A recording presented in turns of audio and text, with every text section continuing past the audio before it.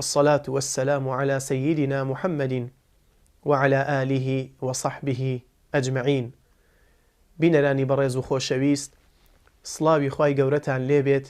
السلام عليكم ورحمة الله وبركاته. یەکێک لەو نیعمەتانەی کە خوای گەورە پێمانی بەخشیوە نیعمەتی کاتوساتە. کاتوسات سەرمایەی ئێمەیە و خوای گەورە لە قورئانی پیرۆزە زۆر بایەخی داوە بە کاتوسات و پەروەردگارمان جەلە جەلالوه لەبەر گرنگی کاتوساتە لە 13 جێگا لە قورئانی پیرۆزە باسی وەقتمان بۆ دەکات و لەبەر گرنگی کاتوساتە لە هەندێ ئایەتە خوای گەورە سوێن بە کاتوسات دەخوا لەبەر مەزنی کاتوسات. خۆی دەفەرمێت وەلفەجری وەلەیالین عەشر، خۆی دەفەرمێت وەضحا وەللەیلی ئیدا سەجە، خۆی دەفەرمێت وەلعەسری ئینە الئینسانە لەفی خوسر. لەبەر گرنگی و مەزنی کاتوسات خوای گەورە سوێندی پێدەخوات و خوای گەورە سوێن بە شتێک ناخوات ئەگەر مەزن نەبێت لای. بۆیە خوای گەورە بۆی هەیە سوێن بە دروستکراوەکانی خۆی بخوات، بەڵام ئێمە بۆمان نییە سوێن بە دروستکراوەکانی خوای گەورە بخۆین چونکە لە خوای گەورە مەزنتر نییە. قەدری کاتوساتەکانت بزانە کە بریتیە لە تەمەنت کە سەرمایەی تۆیە. خوای گەورە لە قورئانی پیرۆزە دەفەرمێت یا ئەیوهە الەذینە ئامەنوا اتەقوا الله ولتنظر نفس ما قدمت لغد واتقوا الله إن الله خبير بما تعملون. ئەو کەسانی کەوا ئیمانتان هێناوە بۆ تۆی بەڕێزە پەیامەکە، ئەو کەسانی کەوا ئیمانتان هێناوە، ئەو کەسانی کەوا باوەڕتان هێناوە لە خوا بترسن.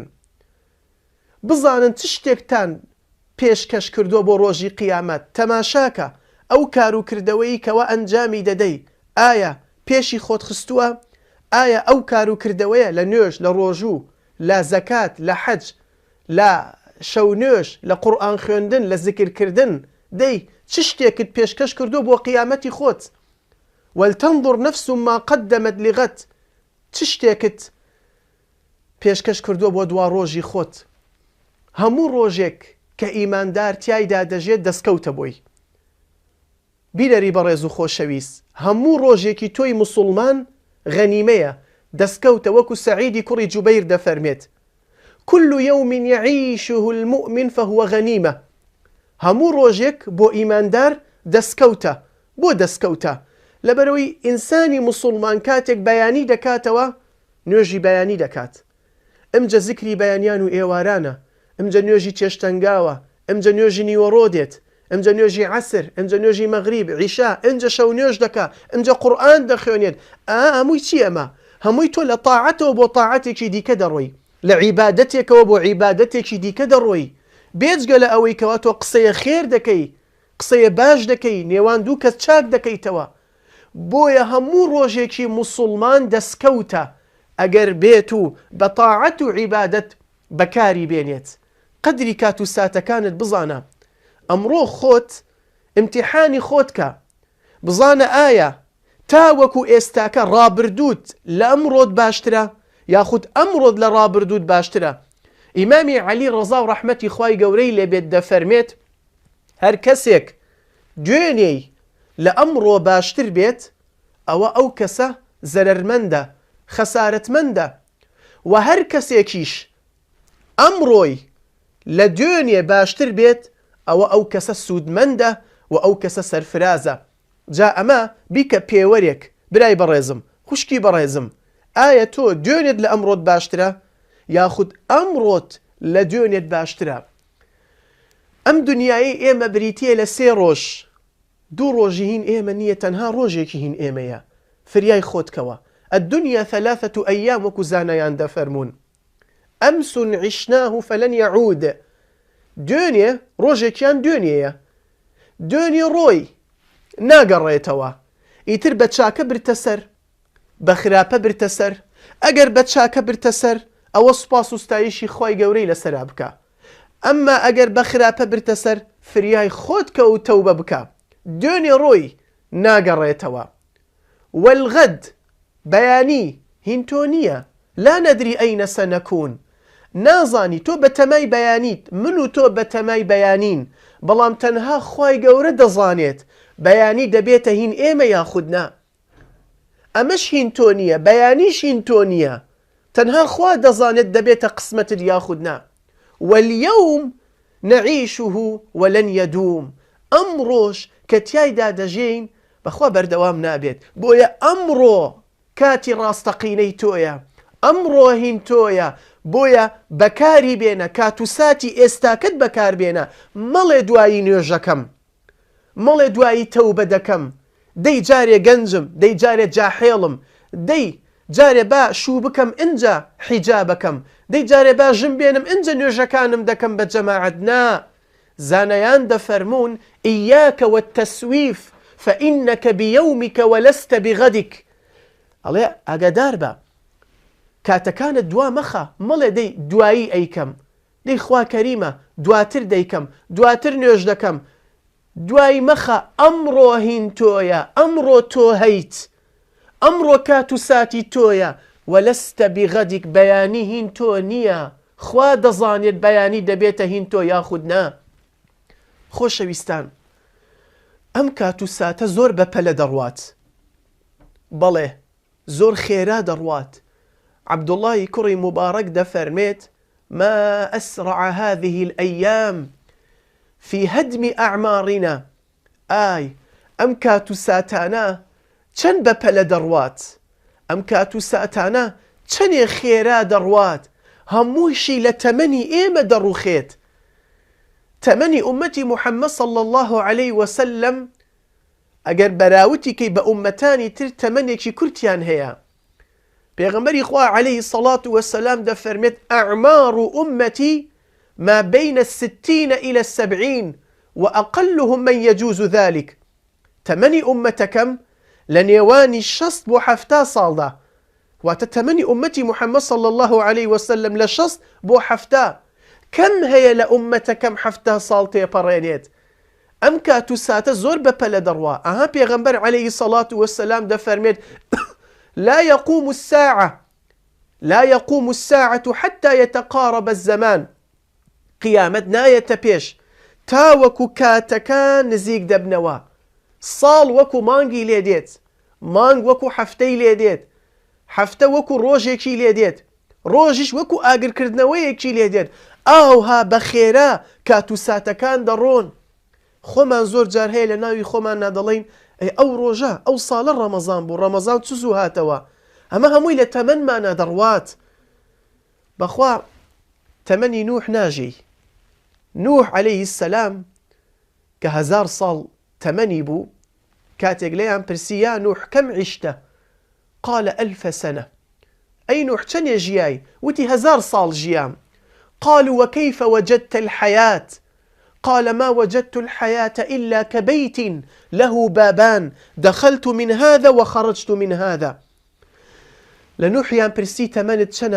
چەندێ ژیاوی وتیان نوح عليه السلام وتی 1000 ساڵ وتی ئەو 1000 ساڵت چۆن بینی ئەی نوح نوح عليه السلام فەرمووی ئەو 1000 ساڵم بینی ئەو ژیانم بینی وەکو ماڵێکم بینی وەکو ماڵێک کە دوو دەرگای هەیە لەم دەرگایە هاتمە ژوورەوە لەو دەرگایەوە دەرچووم واتە مەسافەی نێوانی ئەو دوو دەرگایە تەمەنی منە جا تۆ خانوویەک ئەگەر لە دەرگایەکەوە بچیتە ژوورەوە لە دەرگاکەی دیکەوە دەرچی دەبێت چەندێک کاتت لێبەرێ نوح ئەو 1000 ساڵی بەوە شوبهاند جا من و تۆ تەمەنی نوحمان نییە با قەدری کات و ساتەکانمان بزانین خوای گەورە لە قورئانی پیرۆز پێغەمبەری خوا عليه الصلاة والسلام لە فەرموودەکانیدا دەبینی زۆربەی ئاەتەکان و فەرموودەکان سابقوا بادروا یعنی چی پەلە بکەن پێشبڕکێ بکەن فریاکەوە پەلە بکە تاعەت و عیبادەت کە پێش ئەوەی مردن یەخەت بگرێ بەداخەوە لە لای ئێمە بێنرخترین شت کات و ساتەکانمانە کە بریتیە لە تەمەنمان کە سەرمایەی ئێمەیە بەڵێ هەندێک کەس خۆی مەشغوڵەکە بەشتی پوچ بەشتی بێسوود کاتێک لێی ئەپرسی چی ئەەکەی دەڵێ ئەمەوێت کاتەکانم بکوژم ئەمەوێت کاتەکەم بکوژم. هەندێکمان هەیە بەداخەوە بە تایبەت لە لای چینی ئافرەتان دادەنشێ بە دیار موسەلسەلێکەوە 1000 ئەڵقە 2 ساڵە متابعەی موسەلسەلێک دەکا بە سەعات بە 2 سەعات. ئەمە هەمووی بێجگە لە ئەوەی کەوا تەماشاکردنی حرامە بە فیڕۆدانی کاتە. لەگەڵ ئەوەشدا هەندێک کەس هەیە ئەم موبایلەی بەدەستەوەیە بە سەعات لە ئێوارەوەیە بەسەر ئەم فەیسبووکە و لەسەر ئەم یوتیوب لەم تۆڕە کۆمەڵایەتەوە چێتە سەر ئەوەی دیکە و لەسەر بە سەعات بە 4 سەعات بە 5 سەعات جاری وایە بە 2 سەعات سەیری فلیمێک دەکا. بەڵام کاتێک ئەگاتە عیبادەتەکە کە قورئانە خوێنێ بەس یەک پەڕەی خوێن یەکسەر حەوانەوەی نییە، سەرمژانەکە یەکسەر دایەخە، توانای نییە. بۆ ئەو دڵی ژەنگی بردووە کاکە، ئەو دڵی ژەنگی بردووە، بۆیە ناتوانی لەسەر ئەو قورئانە دابنشی 10 دقە بتوانی پەڕەیەک بخوێنی. یەکسەر سەرت ژانەکە یەکسەر بێتاقەت ئەبی، ناڕەحەت ئەبی، ئەوە فریای دڵت کەوە، دڵت ژەنگی بردووە. ئەم کات و ساتە لە لای هەندێک گەنجانمان، ناڵێم هەمووی، بەڵام لە لای هەندێک گەنجانمان بێنرخترین شتە دەبینی لەم کافتریاوە بۆ ئەو کافتریا بەشتی بێمەعنا لە شەوەوە دانیشتووە لەگەڵ ئافرەتێک قسە دەکات پەنا بەخوای پەروەردگار تاوەکو بەیانی کاتێک نوێژی بەیانیش دێ نوێژەکەیشی ناکات. ئەخە چۆن خوای گەورە ژیانت خۆش کە برای بەڕێزم؟ چۆن دەتەوێت خوای گەورە سەرکەوتوت کە؟ چۆن ئەتەوێت خوای گەورە موافقت کە کە تۆ کات و ساتەکانت هەمووی بەشتی حرام دەبیتە سەر؟ بەشتی حرام. هەندێک گەنج هەیە نە قیامەتەکەی ئەباتە سەر و نە دنیاکەیشی دەباتە سەر. هیچ دەستی بەتاڵ لە ماڵەوە دانیشتۆ بۆتە عیلەتێک بەسەر دایک و باوکێ، بۆتە بارێک بەسەر دایک و باوکی، نە قوتابخانەکەی ئەباتە سەر و نە مەشغوڵی ئاخیرەتیشە. چە ئەمە هەمووی کارەساتە برای بەڕێزم، ئەمە هەمووی کارەساتە. عەبدوڵڵای کوڕی مەسعود دەفەرمێت چی؟ ڕەزا و ڕەحمەتی خوای گەورەی لێبێت دەفەرمی ئینی لەئەمقوت الرەجولە أن أراه فارغا ليس في عمل دنيا ولا في عمل الآخرة.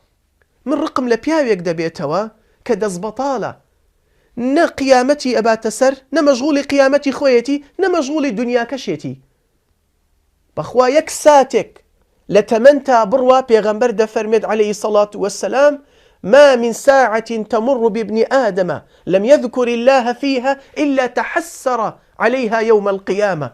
يكساتك لتمنتا بروا يادي خواي قورد نكرد بيت لروجي قيامت دبيت بشيماني بوت.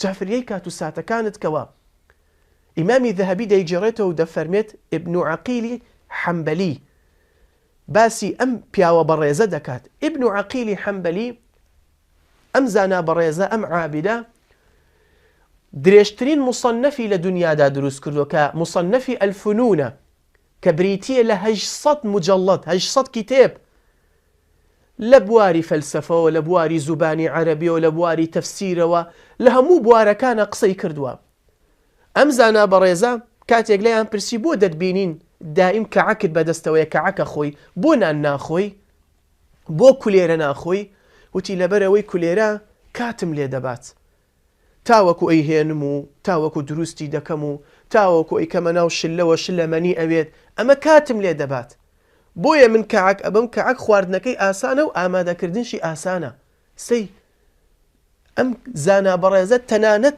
كاتي خواردنشي دياري كردوا جابويا براي بريزم أقداري تمند با اغتنم 5 قبل 5 وك بيغمبر دفرمد عليه الصلاة والسلام بين شد بهل بزانا بيش أويل دست الدرتيت شبابك قبل هرمك جنجيتيت بيش بيريتيت وصحتك قبل سقمك صحتت بيش نخوشبونت بيش بكوتنت وهروها وغناك قبل فقرك دولة منديت بيش هجاريت وفراغك قبل شغلك وهروها دز بطاليت بيش أو يسرقابون بدا بسرته وحياتك قبل موتك بويا أمكاتو ساتا زور گرنگ لاي إيما أجر بيتو قدري بزانين بلام والله أجر قدري نزانين أول جير دست الدردة تشيت وأو كاتل روجي قيامت دبيت ماي بشيماني بوت داوكارم لخواي قورا بو خاطرنا وجوانا كاني وصفات برزكاني وما ليبكا كاتو ساتا كان من بطاعات وعبادة تخوي